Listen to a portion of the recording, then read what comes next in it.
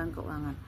Pertama, pengertian laporan keuangan pada umumnya dirancang dan dibentuk sesuai dengan standar supaya memudahkan pengguna dalam membaca dan mengerti, serta diharapkan dapat memberikan suatu representasi yang semestinya tentang kinerja atau presentasi pada suatu perusahaan di periode lalu dan berikutnya ke depannya.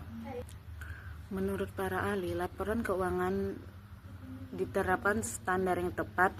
Diharapkan laporan keuangan dapat diyakini serta reliabel oleh investor sebagai dasar rujukan dalam memutuskan suatu langkah investasi dan dapat menaikkan harapan publik terhadap perusahaan dan publik akuntan sebagai pemberi opini atau pendapat atas pemberian laporan keuangan perusahaan menurut Sahyunan 2015. Menurut Heri 2015, laporan keuangan merupakan hasil final serangkaian proses pelaporan yang berisi tentang informasi keuangan dalam suatu periode tertentu. Proses akuntansi yang dipakai sebagai instrumen penghubung antara informasi keuangan dengan pemangku kepentingan pada dasarnya.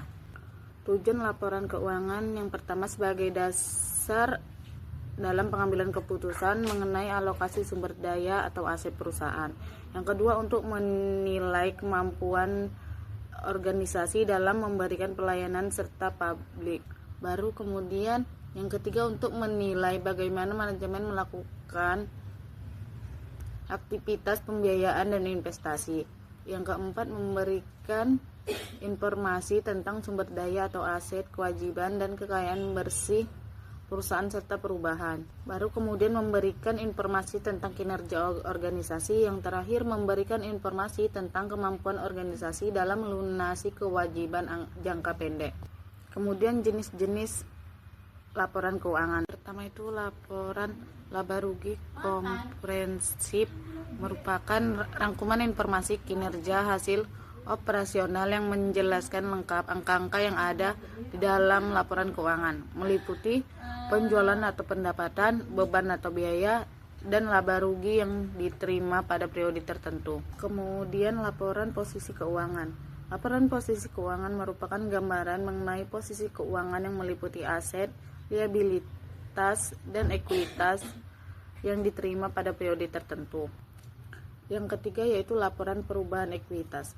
Laporan perubahan ekuitas merupakan informasi yang menggambarkan ringkasan transformasi serta sebab dalam ekuitas pemilik yang diterima pada periode tertentu. Baru yang keempat, laporan arus kas. Laporan arus kas merupakan gambaran kapabilitas suatu perusahaan mengenai arus kas masuk dengan arus kas keluar secara terperinci yang diterima pada periode tertentu. Lalu yang kelima itu catatan atas laporan keuangan. Catatan atas laporan keuangan merupakan penjelasan lengkap yang berisi informasi penting yang berhubungan dengan informasi keuangan yang disajikan dengan tujuan dapat dipahami secara jelas. Selanjutnya yaitu sifat laporan keuangan. Pencatatan laporan keuangan yang bersifat historis dan global disusun dengan aturan yang berlaku yang dibekali dalam menyampaikan deskripsi atau laporan kemajuan yang berkala yang diperbuat pihak pengelolaan terkait. Dalam hal ini, sifat laporan keuangan dijabarkan dengan kombinasi menurut Munawir 2004 sebagai berikut. Yang pertama, kenyataan yang sudah dicatat. Yang kedua, prinsip-prinsip dan kerutinan dalam akuntansi. Yang ketiga, pendapat individu. Selanjutnya yaitu materi tentang perhitungan data untuk keputusan manajemen.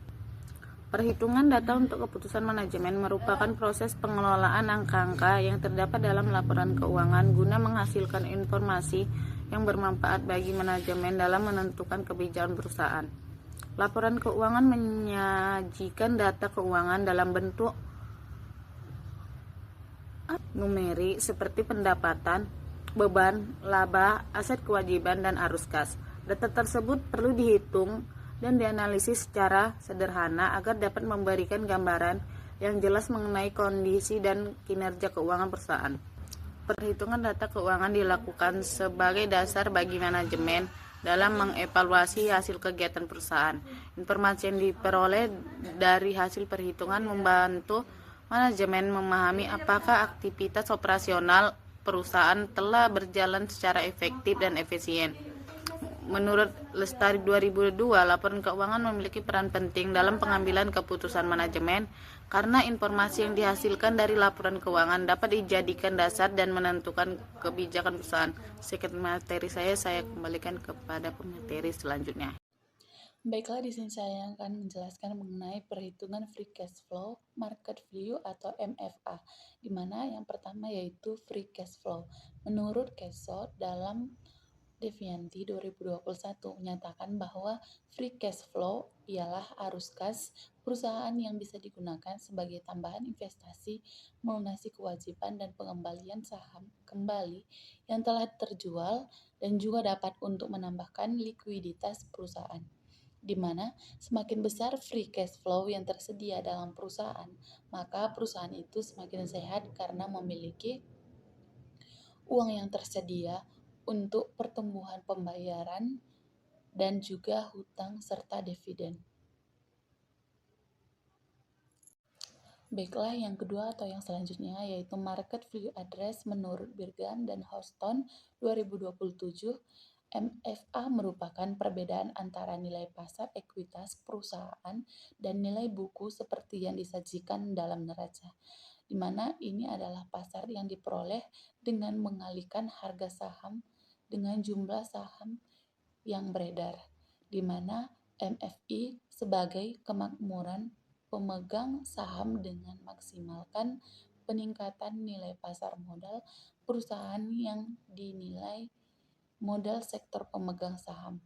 Sedangkan menurut Irfan 2020 yaitu market value address atau MVA merupakan selisih antara nilai pasar dan nilai buku ekonomis modal perusahaan, yang dimana MVA yaitu nilai positif yang mencerminkan keberhasilan, dimana perhitungan MVA yaitu saham yang beredar dikali harga saham dikurang total ekuitas. Kita masuk ke contoh soalnya. Yang pertama, contoh soalnya misalnya PT Modnesia memiliki 1 juta lembar saham beredar dengan harga saham 2.500 per lembar, yang dimana total ekuitas perusahaan tercatat dalam laporan keuangan sebesar 200 juta. Hitunglah market value address atau MFA perusahaan tersebut, yang dimana yang diketahui saham yang beredar sebesar 1 juta lembar dengan harga saham 2.500 per lembar, di mana total ekuitas 200 juta.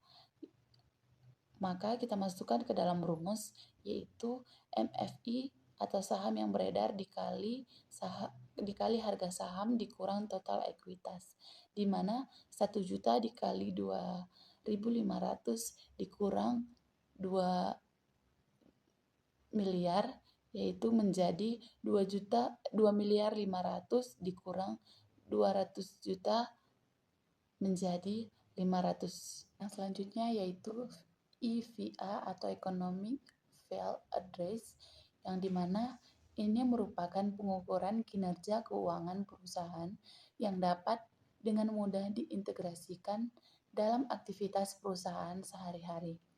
Karena semua pengukuran biaya dan kenaikan pendapatan ada dalam istilah FVA, di mana pengurangan biaya dalam suatu periode yang sama, kenaikan FIA dalam periode yang sama, di mana EVA dapat digunakan untuk mengidentifikasi kegiatan atau proyek yang memberikan pengembalian lebih tinggi daripada biaya modal.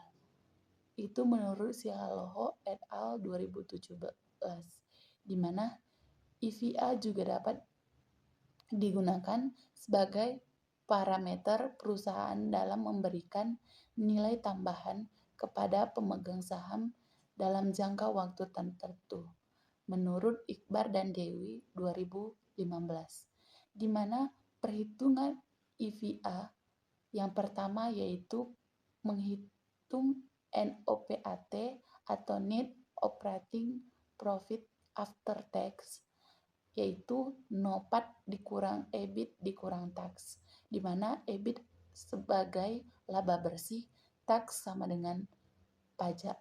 Masuk ke contoh soal, semisalnya suatu perusahaan memiliki laba sebelum bunga dan pajak atau EBIT sebesar 1.200.000 dan pajak yang harus dibayar sebesar 300 juta. Berdasarkan data tersebut, hitunglah net operating profit after tax perusahaan, di mana NOPAT dikurang EBIT dikurang tax menjadi 1.200.000.000 dikurang 300 juta menjadi 900 juta. Yang selanjutnya menghitung capital change. Capital change sama dengan WACC dikali investing capital, di mana contohnya suatu perusahaan memiliki investing capital sebesar 2.700.000.000 dan fixed agreed cost of capital atau WACC sebesar 12%. Berdasarkan data tersebut, hitunglah capital change perusahaan tersebut, di mana capital change-nya sebesar 12% dan investing capital yaitu sebesar 2.700.000.000 menjadi totalnya 324 juta. Analisis rasio keuangan, di mana rasio keuangan adalah perhitungan angka-angka yang diperoleh dari hasil perbandingan secara horizontal antara satu pos laporan dengan pos laporan lainnya, yang dimana ini mempunyai hubungan relevan dan signifikan. Rasio keuangan membantu para manajer perusahaan ataupun penggunaan laporan keuangan lainnya dalam menyederhanakan informasi yang menggambarkan hubungan antara pos tertentu dengan pos lainnya. Dalam kinerja keuangan perusahaan, salah satu ukur yang sering dilakukan yaitu interpretasi laporan keuangan adalah rasio, di mana analisis rasio keuangan adalah merupakan rasio yang menggambarkan suatu hubungan atau pertimbangan antara suatu jumlah tertentu dengan jumlah lainnya dalam laporan keuangan dengan menggunakan alat analisis berupa rasio yang menjelaskan gambaran kepada penganalisis tentang baik atau buruknya keadaan perusahaan, terutama apabila angka rasio tersebut dibandingkan dengan angka rasio perbandingan yang digunakan sebagai standar.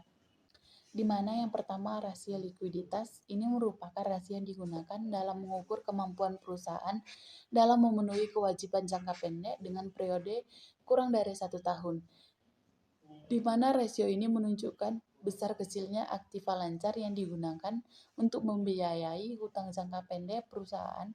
Dengan kata lain, rasio ini menunjukkan seberapa cepat aktiva lancar yang dimiliki perusahaan dapat dikonversikan ke dalam kas untuk membiayai kewajiban jangka pendek dalam suatu perusahaan. Yang kedua, rasio solvabilitas, di mana salah satu jenis rasio keuangan yang digunakan untuk mengukur kinerja perusahaan, di mana rasio solvabilitas merupakan rasio yang digunakan untuk mengukur kemampuan dalam membayar hutang dengan secara keseluruhan, baik hutang jangka pendek dan hutang jangka panjang. Dengan menggunakan aktiva modal, memiliki perusahaan menghitung dan menentukan tingkat solvabilitas perusahaan digunakan 3 rasio. Dan yang terakhir yaitu rasio profitabilitas, di mana rasio yang terakhir ini digunakan dalam mengukur kinerja perusahaan, yaitu rasio profitabilitas, di mana rasio ini digunakan dalam mengukur seberapa besar kemampuan perusahaan dalam menghasilkan keuntungan atau profit, di mana rasio ini digunakan untuk menunjukkan bagaimana gambaran tingkat efektivitas pengelolaan perusahaan dalam menghasilkan laba. Dan selain itu, rasio ini juga digunakan sebagai ukuran bagi para investor untuk memberikan informasi dalam mengambil keputusan, di mana secara umum adalah 4 rasio utama yang digunakan dalam mengukur tingkat probabilitas perusahaan tersebut. Nah, di sini ada contoh soal, PT Manusia memiliki arus kas dari operasi sebesar 900 juta rupiah, pengeluaran modal sebesar 300 juta rupiah, serta modal kerja bersih sebesar 150 juta rupiah. Hitunglah besarnya free cash flow atau FCF perusahaan tersebut. Nah, ini yang diketahui apa dulu? Yang diketahui kan tadi ada AKO. AKO itu adalah arus kas operasi. Nah, jadi dia yang ini, yang 900 juta rupiah. Arus kas dari operasi sebesar 900 juta rupiah. Oke, untuk selanjutnya itu ada pengeluaran modal sebesar 300 juta. Ini 300 juta itu pengeluaran modal, itu artinya lambangnya PM. Nah, kemudian ada modal kerja bersih sebesar 150 juta. Nah, itu artinya itu NWC tadi. Oke. Nah, masukin rumusnya tadi. Rumusnya tadi kan FCF sama dengan AKO. AKO ini tadi 900 juta. Masukin di sini. 900 juta. Terus dikurang PM, ini berarti 300 juta. Dikurang NWC. NWC ini tadi 150 juta. Oke, nah ini kita kurangin 900 juta dikurang 300 juta itu sekitar 600 juta kan, dikurang lagi sama 150 juta, hasilnya 450 juta. Jadi free cash flow-nya itu sebesar 450 juta. Ini dia jawabannya. Nah, di sini ada contoh soal untuk market value added atau MVA. Nah, PT Manusia memiliki 1 juta lembar saham beredar dengan harga saham 2.500 per lembar. Total ekuitas perusahaan yang tercatat dalam laporan keuangan sebesar 2 miliar. Hitunglah market value added atau MVA perusahaan tersebut. Nah, tadi kan rumusnya itu MVA sama dengan MVA sama dengan buka kurung saham yang beredar dikali harga saham. Yang mana saham yang beredarnya? Saham yang beredar itu sebesar 1 juta lembar. Nah, jadi ini dimasukin ke sini. Dikali dengan harga saham. Harga sahamnya ini dia. Harga saham per lembar 2.500. Dikurang dengan total ekuitas. Total ekuitasnya tadi berapa ini? 2 miliar ya. Kemudian tunggalin dulu yang di dalam kurung ini. Hasilnya 2 miliar 500 juta. Kemudian dikurang dengan 2M tadi. Maka dapatlah hasilnya sebesar 500 juta. Jadi hasil market value added atau MVA itu adalah sebesar 500 juta. Nah, di sini ada soal untuk economic value added atau APA. Nah, di sini PT Manusia memiliki data keuangan sebagai berikut. Nah, kemudian diminta menghitung economic value added atau APA. Nah, kita pakai rumus yang FIA sama dengan NOPAT kurang WACC kali invest capital. Nah, jadi jika menggunakan rumus yang ini, kita harus cari tahu dulu ketiga ini. Kita harus cari tahu dulu yang ketiga ini. Nah, yang pertama, kita cari tahu dulu untuk yang NOPAT. Nah, kita cari tahu dulu berapa NOPAT-nya. Karena di sini kan belum ada data NOPAT langsung kan. Jadi kita cari tahu dulu. Nah, rumus NOPAT itu adalah EBIT dikurang tax. Nah, EBIT itu yang mana? Di soal sebenarnya udah langsung dikasih tahu itu yang ini. EBIT itu 1 miliar 200 juta. Kemudian tax itu yang mana? Tax itu yang beban pajak yang 300 juta.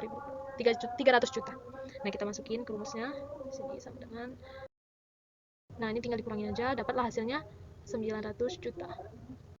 Nah, jadi inilah dia hasil nopatnya. Sudah kita dapatkan hasil nopatnya. Kita lanjut. Nah, untuk selanjutnya itu kita perlu mengetahui nilai invest kapitalnya. Nah, ini dia rumusnya. Total hutang dan ekuitas dikurang hutang jangka pendek.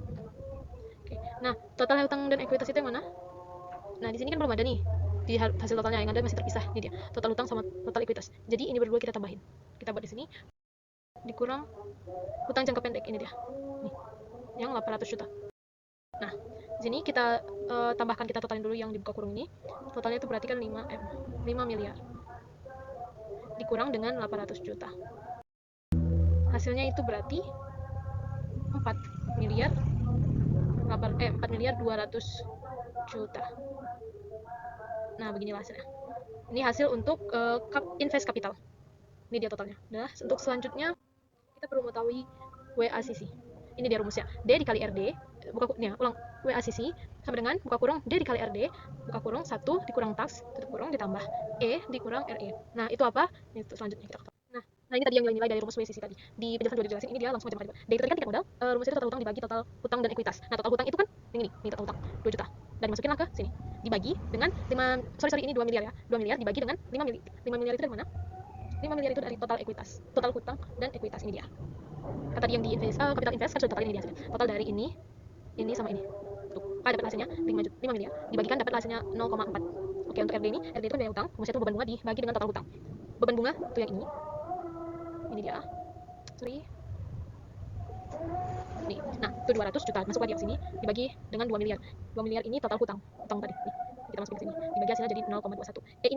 Itu tingkat modal dan ekuitas. Tingkat modal dan ekuitas. Itu rumusnya total ekuitas dibagi dengan total hutang dan ekuitas. Total ekuitas tadi kan ini ya.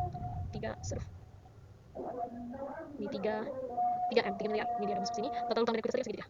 Tuh, yang masuk sini dibagi hasilnya jadilah 0,6. Kemudian re ini biaya ekuitas. Rumusnya laba bersih setelah pajak dibagi dengan total ekuitas. Laba bersih setelah pajak itu adalah 450 juta. Masuk lagi ke sini, kemudian dibagikan dengan total ekuitas. Yang tadi 3 miliar kita masuk ke sini hasilnya dapat 0,15. Untuk tax itu adalah tingkat pajak. Jadi, itu rumusnya beban pajak dibagi dengan laba bersih sebelum pajak. Beban pajak itu kan 300 juta. Ini dia. Ini ikut yang sorry. Ini aja, yang 300 juta tetap ke sini. Kemudian dibagi dengan 600 juta. 600 juta itu total. Itu laba bersih sebelum pajak ini. Masukin ke sini 600 juta, jadilah hasilnya 0,5. Nah, sudah kita ketahui semua hasil nilai-nilai dari rumus untuk mengetahui WCC. Kita lanjut, kita masukin yang tadi hasilnya. Kita masukin ke sini, ke rumus. Nah, kita totalin ini. Ini dalam kurung dulu. Kali. Nah, jadi kita bakal jadinya 0,04. Nah, dikali ini. Dikali 1 dikali 0,5 berapa? 0,5. Terkurung. Kemudian ini ditambah. Ini hasilnya 0,6 kali 0,5 0,09. Nah, kita dulu lagi. Ini dikali ini hasilnya 0,02 ditambah 0,09. Nah, jadi kita dapat hasilnya 0,11. Atau jika diubah ke persen, itu jadi 11%. Nah, jadi ini hasil dari WCC-nya. Oke, sudah kita ketahui. Nah, masuk kita ke step yang terakhir untuk penghitungan FVA-nya. Inilah dia rumusnya. FVA sama dengan NOPAT dikurang buka kurung WACC kali invest kapital. Tadi kan sudah kita tahu semua total nilainya berapa masing-masing. Kita masukin langsung ke rumusnya. Nah, ini kita totalin. Ini masukkan, turunkan dulu 900 jutanya. Dikurang, totalin 11% dikali 4 miliar 200 juta. Itu hasilnya 462 juta. Ini kita kurangin, hasilnya sebesar, jadi totalnya 438 juta. Nah, jadi inilah dia hasil dari FVA. Selanjutnya kita akan membahas permasalahan dalam analisis laporan keuangan. Analisis laporan keuangan merupakan salah satu alat penting yang digunakan oleh manajemen untuk menilai kondisi keuangan serta mendukung pengambilan keputusan. Nah, namun dalam praktiknya terdapat beberapa permasalahan yang dapat menghambat efektivitas analisis tersebut. Apa sih permasalahannya? Salah satu permasalahan yang sering sekali dijumpai dalam penggunaan laporan keuangan oleh manajemen adalah keterbatasan sumber daya manusia yang memahami konsep akuntansi dan pelaporan keuangan. Dalam konteks usaha kecil dan menengah, pemilik atau manajer usaha sering sekali belum memiliki pengetahuan yang cukup tentang akuntansi, sehingga kesulitan dalam mengolah dan menafsirkan data keuangan secara akurat. Nah, permasalahan tersebut menyebabkan pemahaman terhadap laporan keuangan menjadi kurang mendalam dan potensi kesalahan dalam pengambilan keputusan pun meningkat. Selain itu, keterbatasan waktu dan sumber daya lain juga menjadi hambatan dalam proses analisis laporan keuangan. Banyak pelaku usaha, khususnya UMKM, yang masih mengelola laporan keuangan secara sederhana dan tidak sistematis karena tidak memiliki tenaga khusus atau perangkat teknologi yang mendukung untuk menyusun dan menganalisis laporan keuangan dengan tepat waktu. Nah, kondisi seperti inilah yang dapat mengakibatkan keterlambatan penyusunan laporan maupun ketidaktepatan dalam perhitungan data, sehingga informasi yang diperoleh kurang mencerminkan kondisi keuangan yang sebenar. Adapun permasalahan lain juga yang perlu sekali diperhatikan adalah kurangnya standarisasi penyusunan laporan keuangan di tingkat usaha kecil maupun menengah. Tanpa penerapan standar akuntansi yang konsisten, laporan keuangan yang dihasilkan menjadi beragam dari segi bentuk dan kualitasnya. Hal ini menyulitkan proses analisis karena perbandingan antar periode atau antar entitas tidak dilakukan dengan basis data yang seimbang, sehingga interpretasi hasil analisis menjadi kurang tepat dan berdampak pada kualitas keputusan manajemen. Nah, dengan begitu, manajemen perlu menyadari adanya berbagai kendala dalam menganalisis laporan keuangan dan mengambil langkah-langkah strategis untuk mengatasinya. Misalnya seperti peningkatan kompetensi sumber daya manusia, kemudian penggunaan sistem informasi akuntansi yang memadai, serta penerapan standar penyusunan laporan keuangan. Nah, itu merupakan beberapa upaya yang dapat dilakukan agar analisis laporan keuangan dapat dilakukan secara efektif dan informasi yang dihasilkan dapat dijadikan dasar pengambilan keputusan yang akurat. Nah, dari pembahasan yang telah disampaikan tadi, dapat disimpulkan bahwa laporan keuangan merupakan sarana utama dalam menyajikan informasi keuangan perusahaan yang disusun secara sistematis dan berdasarkan standar akuntansi yang berlaku.